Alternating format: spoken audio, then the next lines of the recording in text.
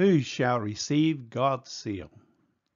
And I saw another angel ascending from the east, having the seal of the living God. And he cried with a loud voice to the four angels to whom it was given to hurt the earth and the sea, saying, Hurt not the earth, neither the sea nor the trees, till we have sealed the servants of our God in their foreheads. Revelation 7:2 and 3. The seal of the living God will be placed upon those only who bear a likeness to Christ in character.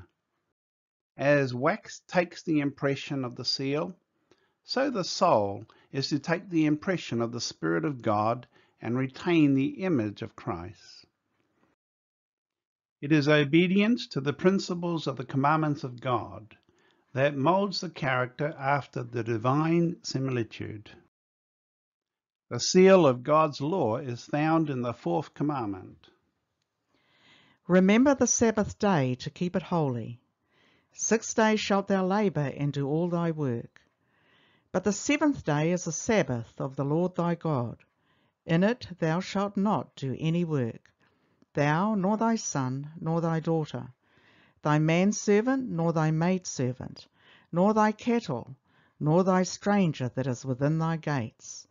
For in 6 days the Lord made heaven and earth, the sea, and all that in them is, and rested the seventh day. Wherefore the Lord blessed the Sabbath day, and hallowed it. This only, of all the 10, brings to view both the name and title of the lawgiver. It declares him to be the creator of the heavens and the earth, and thus show his claim to reverence and worship above all others. Aside from this precept, there is nothing in the Decalogue to show by whose authority the law is given. The Israelites placed over their doors a signature of blood to show that they were God's property. So the children of God in this age will bear the signature God has appointed. And he said unto them, The Sabbath was made for man, and not man for the Sabbath. Therefore the Son of Man is Lord also of the Sabbath.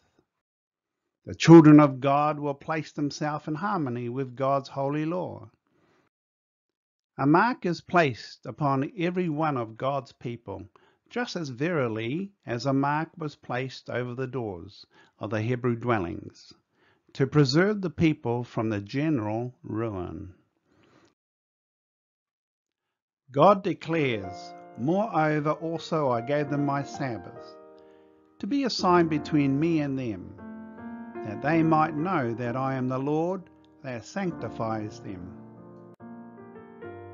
Just as soon as the people of God are sealed in their foreheads, it is not any seal or mark that can be seen, but a settling into the truth, both intellectually and spiritually, so they cannot be moved. Just as soon as God's people are sealed and prepared for the shaking, it will come. Indeed, it has begun already. The judgments of God are now upon the land, that we may know what is coming.